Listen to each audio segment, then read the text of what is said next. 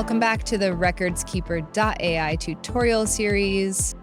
In today's video, we'll walk you through how to add a team member with a specific role, giving them tailored access to RecordsKeeper and other modules.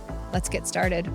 Once you're logged in, head over to your dashboard, then navigate to Company Settings from the sidebar. Click on the Teams tab. Here you'll see yourself listed with the owner role. You'll also find other team members and any roles assigned to them.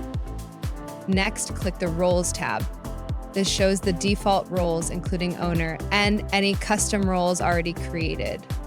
Let's create a new role by clicking Add Role. We'll name this one Associate Manager, choose a yellow tag color, and write a brief description of the role. Now it's time to assign permissions. You'll see a list of modules. Simply check the boxes to control access for each.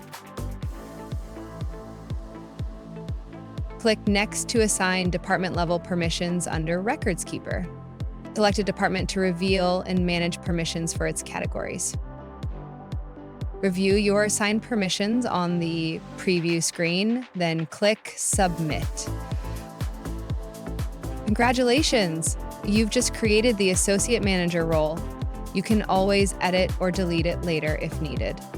Now, let's add a team member. Go to the Members tab and click Add Member. Enter their first name, last name, and email, then assign the appropriate role. In this case, Associate Manager. An invite will be sent to their email. You can track pending invites under the Invites tab. If someone adds you to their team, you'll see received invites right here too. No mess, no stress. Give RecordsKeeper.AI a try and see how easy organizing your records can be.